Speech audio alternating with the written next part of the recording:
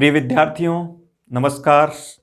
आज अचसंधि प्रकरण के अंतर्गत हम वृद्धि संधि के पश्चात पररूप संधि के बारे में अध्ययन कर रहे हैं। प्रथम जो सूत्र है वो वृद्धि संधि का ही वैकल्पिक सूत्र के रूप में विकल्प से वृद्धि करने वाला एक सूत्र है। सूत्र का नाम है वा सुप्या पिसले, वा सुपी आपिसले। आपिसली एक वैयाकरण का नाम है, पूजा अर्थ के रूप में यहाँ लिया गया, सम्मान अर्थ में लिया गया, तो वा सुपी आपिसले ऐसा है। वा का तात्पर्य यहाँ विभाषा अर्थात विकल्प से है। इसके बाद लिखा सुपी। सुप से क्या तात्पर्य, देखिए सूत्र का अर्थ है अवर्णांतात उपसर्गात ऋकारादौ शुभ धातौ परे वृद्धिर एकादेश वा स्यात्। अवर्णांतात उपसर्गात, अवर्णांत का तात्पर्य अ अथवा आ, अ अथवा आ जिसके अंत में है ऐसे उपसर्ग। ऐसे उपसर्ग कितने होते हैं? ऐसे उपसर्ग 4 अकारांत उपसर्ग है और 2 आकारांत उपसर्ग है। तो अवर्णांतात उपसर्गात ऐसे 6 उपसर्ग हुए। उनके पश्चात ऋकारादौ शुभ धातु पर, ऋकार हो जिसके आदि में, वो ऋकारादि धातु हो जाएगी, ऋकार से प्रारंभ होने वाली। लेकिन आगे धातु नहीं लिखा, आगे लिखा है शुभ धातु परे वृद्धिर एकादेशो वा स्यात्। शुभ धातु पर में रहने पर वहां वृद्धि एकादेश संधि ये सूत्र विकल्प से करता है। तो इसमें एक मुख्य बात आई, शुभ धातु। शुभ धातु के बारे में समझें। शुभ धातु का दूसरा नाम है नाम धातु। नाम धातु और शुभ धातु से तात्पर्य होता है, एक तो उपदेश अवस्था में जो धातु पढ़ी जाती है वो शुद्ध धातु के रूप में, जैसे लिख है, खाद है, पट है। लेकिन कभी कभी ऐसा भी होता है कि शब्द को ही धातु के रूप में बोला जाता है, उस शब्द की धातु संज्ञा कर दी जाती है। जैसे मान लो पुत्र शब्द है और हम उसके रूप चलाते हैं पुत्रियति, पुत्रियतः, पुत्रियंती, तब वो सुपी का मतलब वो नाम धातु अर्थात वो प्रातिपदिक, वो जो शब्द हैं उनको जब हम धातु का रूप दे देते हैं तो वो शुभ धातु कहलाती है। इसलिए एक उपदेश अवस्था में पढ़ी गई धातुएं और एक है ये शुभ धातुएं जिनमें किसी सुबंत पद को धातु बना दिया जाता है। तो ये सूत्र सुबंत धातुओं के लिए ही कहा गया कि उनमें विकल्प से वृद्धि एकादेश होता है, विकल्प से वृद्धि संधि होती है। तो जब विकल्प से वृद्धि संधि होती है तब समझ जाओ पक्ष में कौन सी संधि हो सकती है। ए और आ के पश्चात अगर री आएगा तो पक्ष में फिर गुण संधि ही होगी, आद गुणे से गुण होगा। इसलिए एक बार वृद्धि होगी और एक बार पक्ष में गुण होगा। तो यहां पहला उदाहरण देख रहे हैं आप, प्रार्षभीयति। संधि विच्छेद है इसका, प्र ऋषभीयति। अब यहां देखिए ऋषभ, ऋषभ एक सुबंत पद है और उसको फिर क्रिया का रूप दे दिया गया ऋषभीयति। और प्र क्या है? प्र एक अवर्णांत उपसर्ग है और उसके पश्चात री से प्रारंभ होने वाली ये एक शुभ धातु है, क्योंकि ऋषभ एक प्रातिपदिक सुबंत है और उसको हमने क्रिया का रूप दिया है, धातु का रूप दिया है। इसलिए ये शुभ धातु पर में होने के कारण अब यहाँ ये सूत्र विकल्प से वृद्धि करेगा और जब वृद्धि होगी तो अ और री के स्थान पर आवृद्धि होगी। आवृद्धि के पश्चात जो उरण रपर सूत्र है, कल जो पढ़ा था हमने, उस उरण रपर सूत्र से यहां उसको रपरत्व हो जाता है और ये प्रार्षभीयति रूप सिद्ध होता है। तो कैसे सिद्धि लेखन कैसे करेंगे, क्योंकि आपके सिलेबस में सिद्धि लेखन भी है। तो प्र ऋषभीयति इति स्थिते आद गुणे इति सूत्रेण गुणे प्राप्ते तम बाधित्वा वा सुप्या पिसले इति सूत्रेण विकल्पेन वृद्धि एकादेशे उरण रप्रः इति सूत्रेण रप्रत्वे प्रार्षभीयति इति रूपम सिद्धम। इस तरीके से हमको रूप सिद्ध करना है। पक्षे आद गुण इति सूत्रेण गुणे करते प्रर्स भियति इति द्वितीयम रूपम सिद्धम। तो इस तरीके से अगर अवर्णांत उपसर्ग है, उसके बाद री से प्रारंभ होने वाले क्रियापद हैं शुभ धातु, तो उनमें हमको वासुप्या पिछले सूत्र से वृद्धि करनी है विकल्प से। तो दूसरा उदाहरण देखिए, उपाल कार्यति। इसमें देख रहे हो उप प्लस लृकारियति, उप लृकारियति।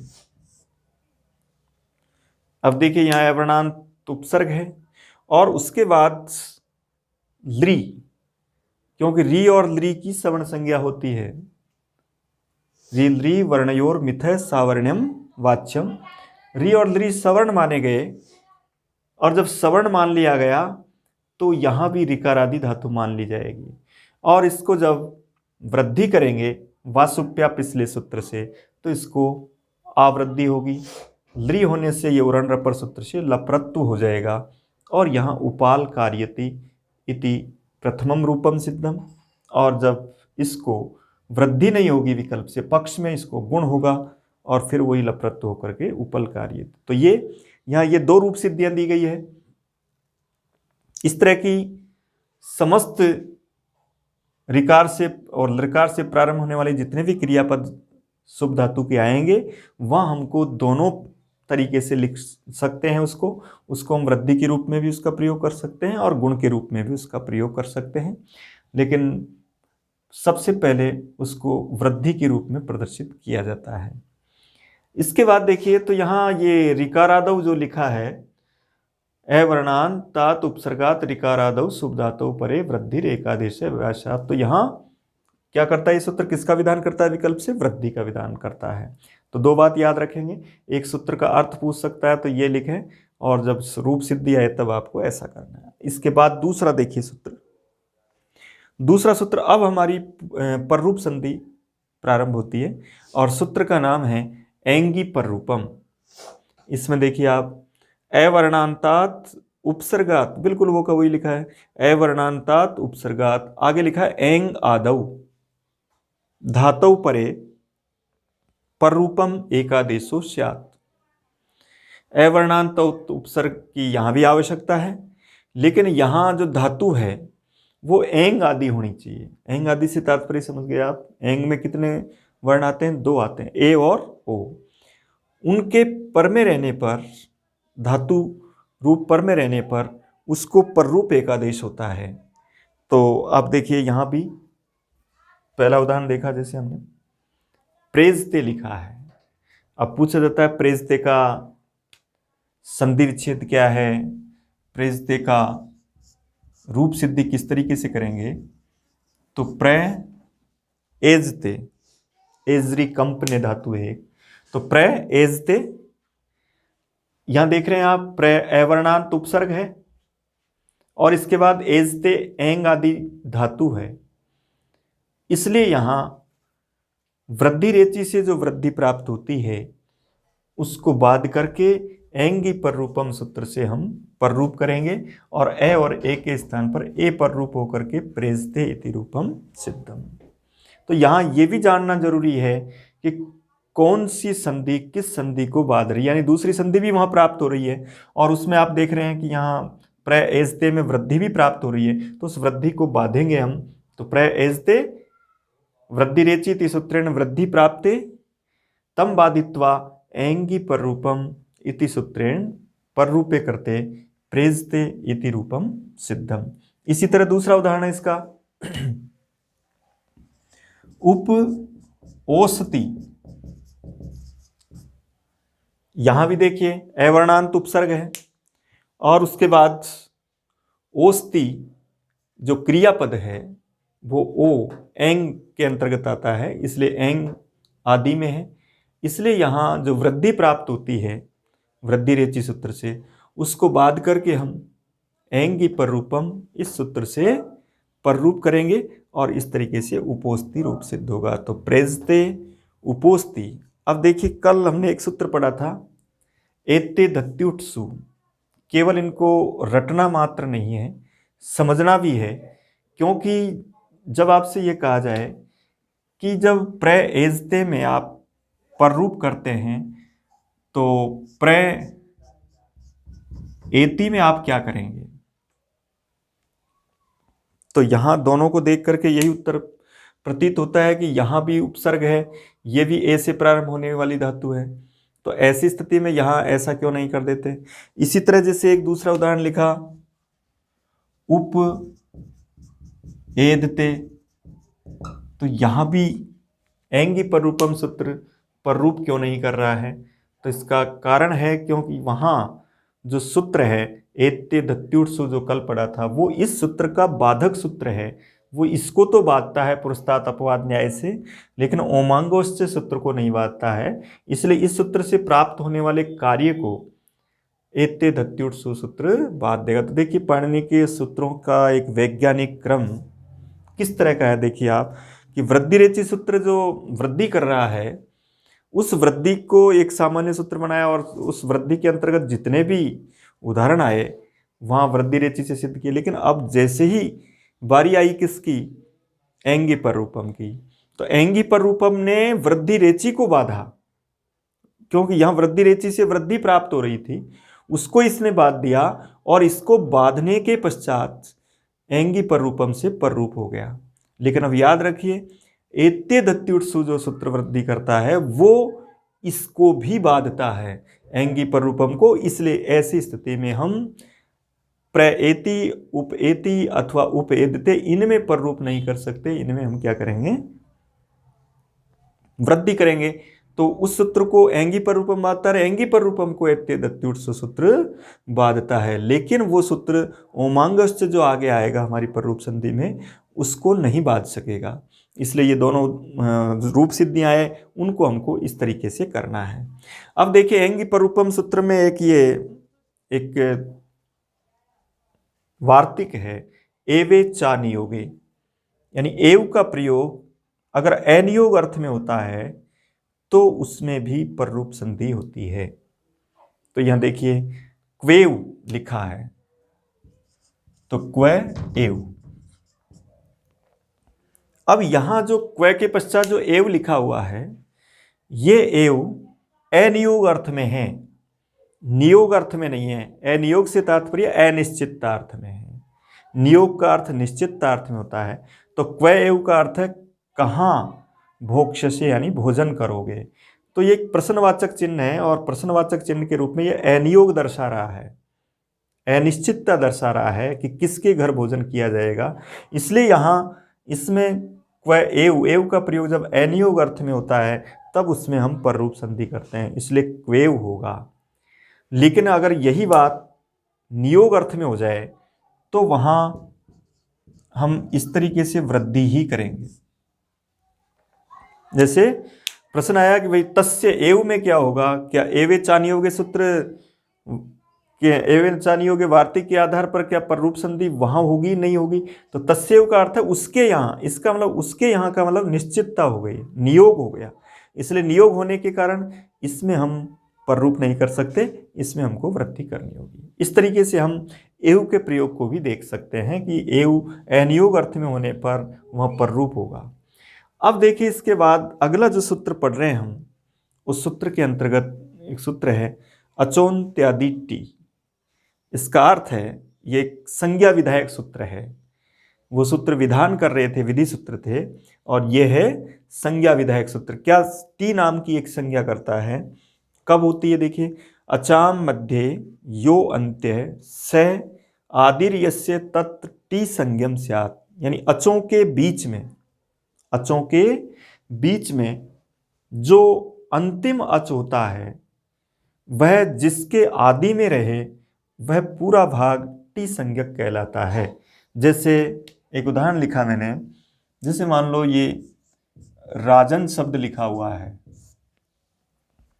तो अब राजन शब्द में देखिए अचों के मध्य में जो अंतिम अच, तो अचों के मध्य दो अच, इसमें एक आ है और एक जय में ए है। तो अचों के मध्य में जो अंतिम अच, तो अंतिम अच क्या है? जय में ए, स आदि, और वो जो ए है वो किसी का आदि है, तो वो न का आदि में है। इसलिए तत् टी संज्ञम स्यात्, वो पूरा भाग टी संज्ञक कहलाता है। यानी इसमें अन को टी कहा जाएगा।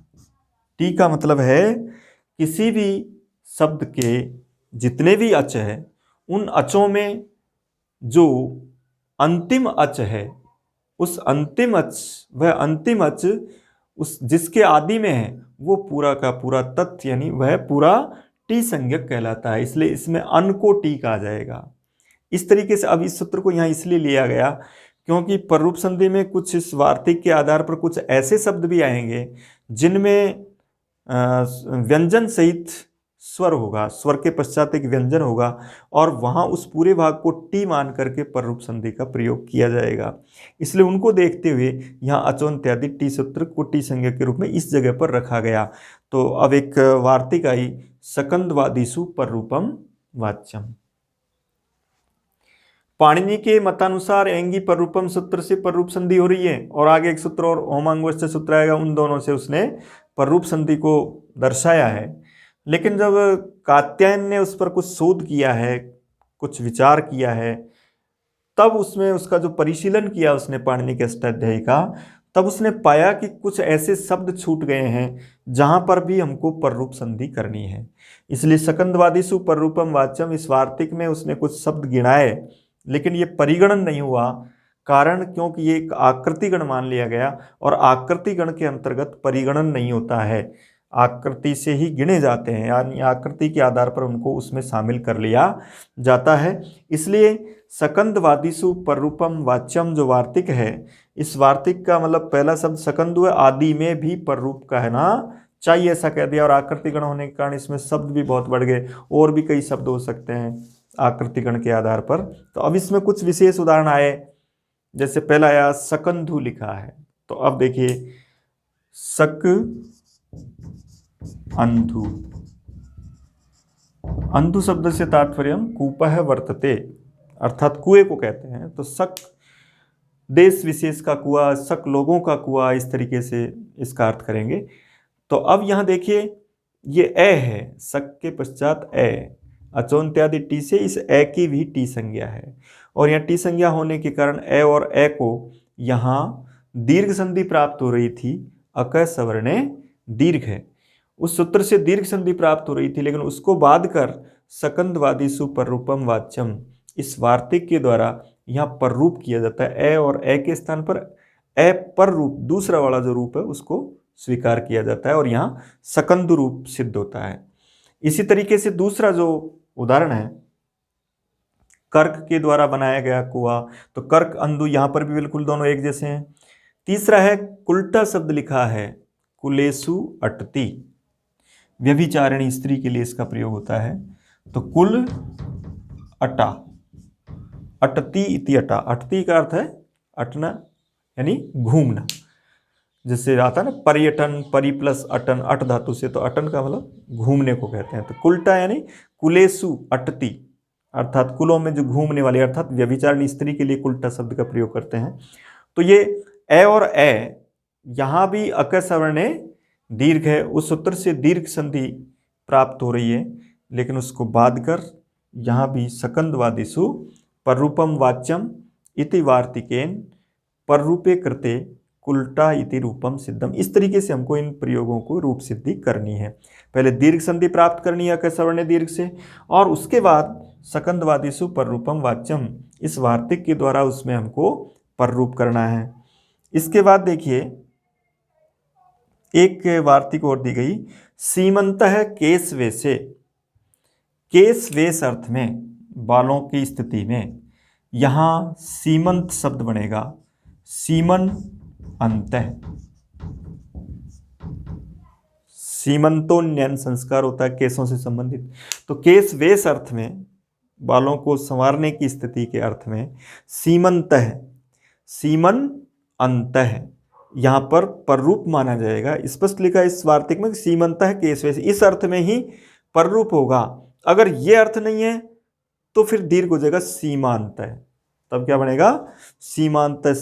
सीमांत का अर्थ केशवेश और सीमांत का अर्थ है किसी गांव का अंतिम क्षेत्र, उसके सीमांत कहा जाता है। तो सीमन अंत, अब देखो सीमन शब्द को पढ़ेंगे तो अचोन्त आदि टी सूत्र से अन की टी संज्ञा है, क्योंकि ए के पश्चात न पूरा अन भाग टी कहलाएगा।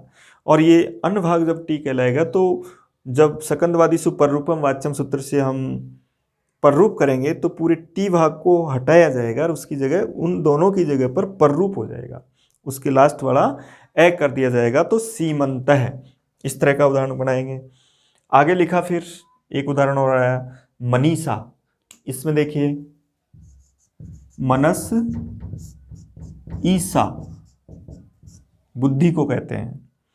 तो मनस, मनस में भी देखा होगा आपने, यहाँ अस है और अस भाग टी है, इसलिए जब पररूप करते हैं तो टी, इस पहले प्रथम टी को और दूसरे स्वर को मिला करके पररूप करना होता है, लास्ट का ई हो जाएगा तो अस हट जाएगा, उसकी जगह ई करेंगे तो रूप क्या बनेगा, मनीषा। इसी तरह तीसरा उदाहरण हल ईसा, इसमें भी ए और ई को गुण संधि प्राप्त है, लेकिन ऐसा नहीं करेंगे। और यहाँ सकंदवादिसु पररूपम वाच्यम, इससे पररूप करना है। लांगलीसा में भी इसी तरह से पररूप करना है। एक और मुख्य उदाहरण आता है पतंजलि। इसमें देखिए पतन अंजलि, अब मूल जो शब्द है यहाँ पतत के रूप में भी, पतत प्लस अंजलि। अब यहाँ भी देखिए अत टी संज्ञक है, इसलिए टी भाग दूर हो जाएगा और उसमें ए जुड़ जाएगा, तो यहाँ भी पतंजलि रूप बन जाएगा। इसमें भी हमको पररूप संधि बतानी है, और ये उदाहरण किसका है, सकंदवादिसु पररूपम वाच्यम का है। इसके बाद आगे लिखा है फिर एक और उदाहरण आया सारंग है पशु पक्षिणों। जैसे एक उदाहरण है सार प्लस अंग है। अब सार प्लस अंग में देखिए, अब सार प्लस अंग में ए और ए को अकय सवर्ण दीर्घ, जो हमने सवर्ण दीर्घ संधि पढ़ी थी, उस सवर्ण दीर्घ संधि के रूप में इसको ए और ए को दीर्घ किया जाना चाहिए, लेकिन क्योंकि ये सकंदवादिसु पररूपम वाच्यम के अंतर्गत है, इसलिए इस वार्तिक से इसको हम पररूप करेंगे, और पररूप के रूप में ए और ए के स्थान पर ए ही होगा। सारंग है, सारांग है अन्य, अन्य अर्थों में ऐसा नहीं होगा, केवल पशु पक्षी के अर्थ में ही सारंग शब्द बनेगा। ऐसे भी प्रश्न पूछ ले जाते हैं सारंग कस्मिन अर्थे, तो पशु पक्षिणों। इसके बाद अगला उदाहरण है मार्तंड है, मृतम अंड है यस्य स। तो मूल शब्द तो ये था, मृतंड शब्द था, मृत प्लस अंड है, और एक ऋषि का नाम था मृतंड, और उसकी संतान को कहेंगे मार्तंड, इसलिए मार्तंड भी आ जाए तो मार्त प्लस अंडे ही होगा, और मृतंड भी आए तो मृत प्लस अंडे ही होगा। तो यहाँ भी ए और ए को अक सवर्ण दीर्घ से सवर्ण दीर्घ प्राप्त करते हैं, लेकिन उसको बाद कर सकंदवादिसु पररूपम वाच्यम, इस वार्तिक के द्वारा ए और ए के स्थान पर पररूप संधि का प्रयोग करते हैं। इस तरीके से मृतंड और मार्तंड रूप सिद्ध किए जाते हैं। तो पररूप संधि के अंतर्गत सकंदवादिसु पररूपम वाच्यम, इस वार्तिक के आधार पर ये अन्य उदाहरण भी लिए गए। पाणिनि के इस सूत्र के आधार पर तो केवल अवर्णांत उपसर्ग और एंग आदि धातु ही आ रही थी, लेकिन इसके आधार पर इसने कात्या ने जब कुछ और परिशीलन किया अष्टाध्यायी का और अन्य शास्त्रों का, साहित्य का, तब उसको मिले ये कुछ शब्द कि यहाँ पर भी पररूप संधि की जानी चाहिए। इस कारण से उसने ये एक वार्तिक का निर्माण किया और इसको भी आकृतिगण में लिया कि और भी शब्द इसमें शामिल किए जा सकते हैं। इसके आधार पर मनीषा, पतंजलि आदि समस्त सिद्धियों को हम कर सकते हैं। ओत्वोष्ठयो समासे वा, ओत्वोष्ठयो समासे वा एक वार्तिक है इस तरह का, ओत्वोष्ठयो समासे वा।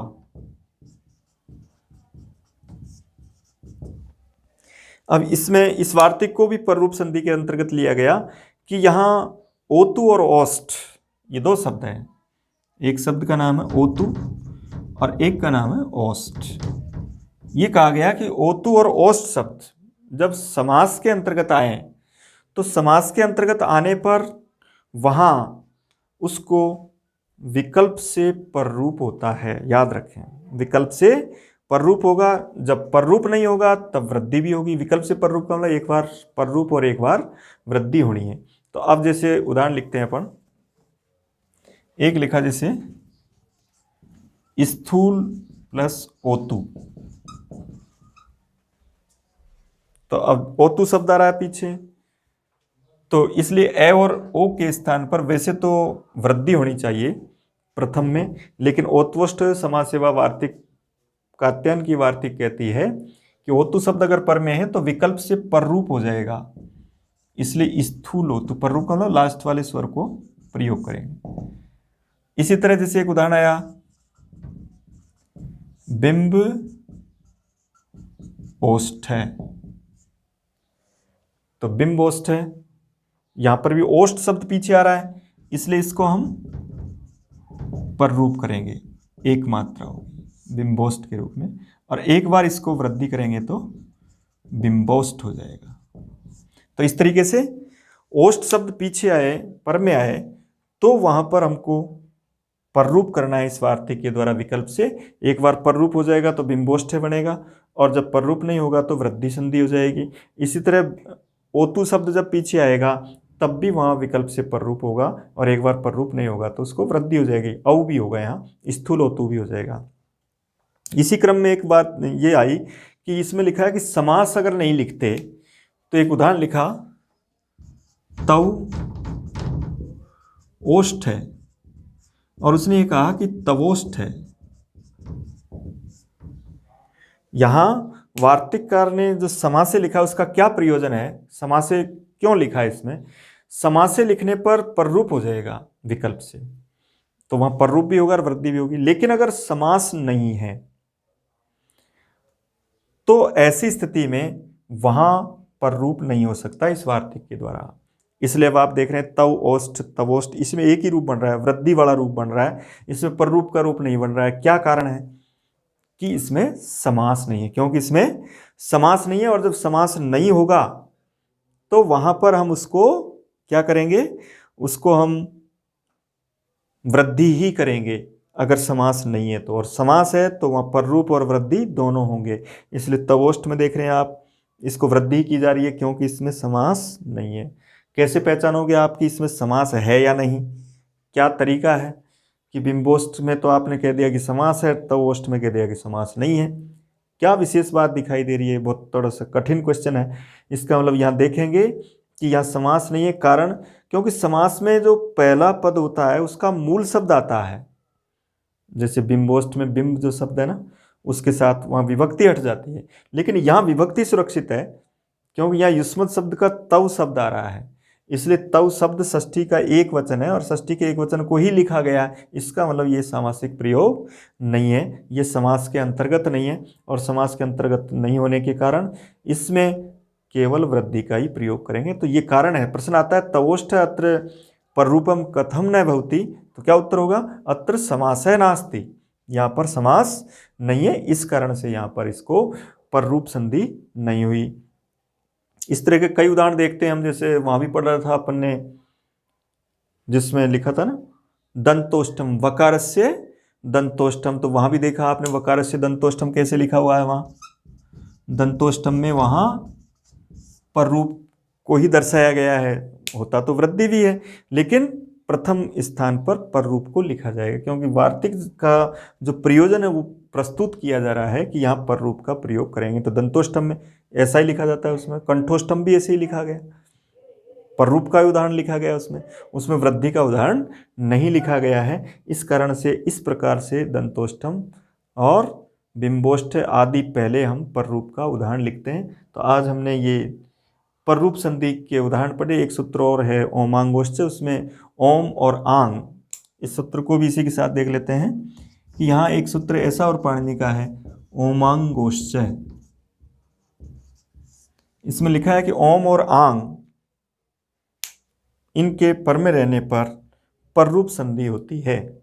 जैसे एक उदाहरण लिखा, शिवाय प्लस ओम नमः, शिवाय प्लस ओम नमः। तो यहां देखिए ए और ओ, इन दोनों को जब हम जोड़ेंगे संधि के रूप में, तो सबसे पहले वृद्धि संधि प्राप्त हो रही है। वृद्धि रेचि से ए और ओ को वृद्धि हो जानी चाहिए, लेकिन ये सूत्र उसका निषेध करता है वृद्धि का, और ये क्या करता है, पररूप करता है, और पररूप के रूप में ए और ओ को पररूप एक मात्रा के रूप में ही हम इसका प्रयोग करेंगे। तो इस तरीके से ये शिवायोम नमः, मैं को अनुस्वार हो जाएगा और शिवायोम नमः।